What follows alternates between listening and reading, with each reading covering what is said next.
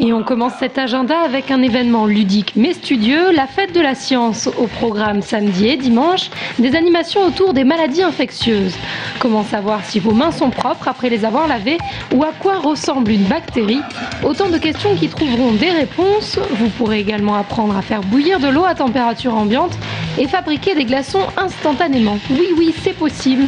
Alors rendez-vous ce week-end sur le site des tanneurs pour réaliser de vraies expériences scientifiques. Si les paillasses et les blouses blanches ne vous font pas rêver, pas de problème. Vous serez sans doute conquis par les rencontres de danses urbaines.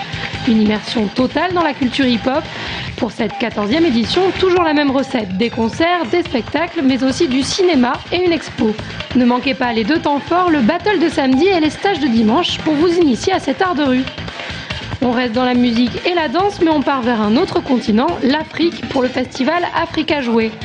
2 jours de festivités avec des ateliers culinaires, des expos photos ou encore des démonstrations de coiffures africaines.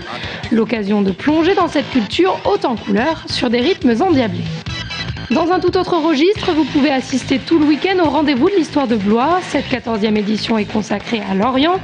Salon du livre, débats, cinéma, exposition, un programme alléchant pour tous les férus de cette science.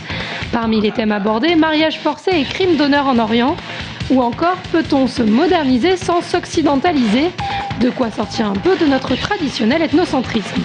Autre art à l'honneur ce week-end, la photographie. Le Centre de création contemporaine de Tours met à l'honneur l'artiste belge Michel François à travers une exposition de 45 affiches.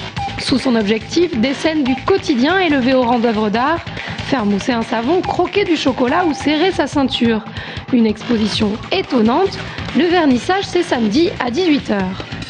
Et pour finir cet agenda, une idée de sortie en plein air, le jardin botanique comme vous ne l'avez jamais vu. Samedi à 15h ou 16h, venez visiter l'ancien hospice de Charité, découvrez les bâtiments anciens de l'hôpital et du jardin avant d'arpenter les allées boisées à la rencontre des différentes espèces animales. Je vous souhaite à tous et à toutes un agréable week-end.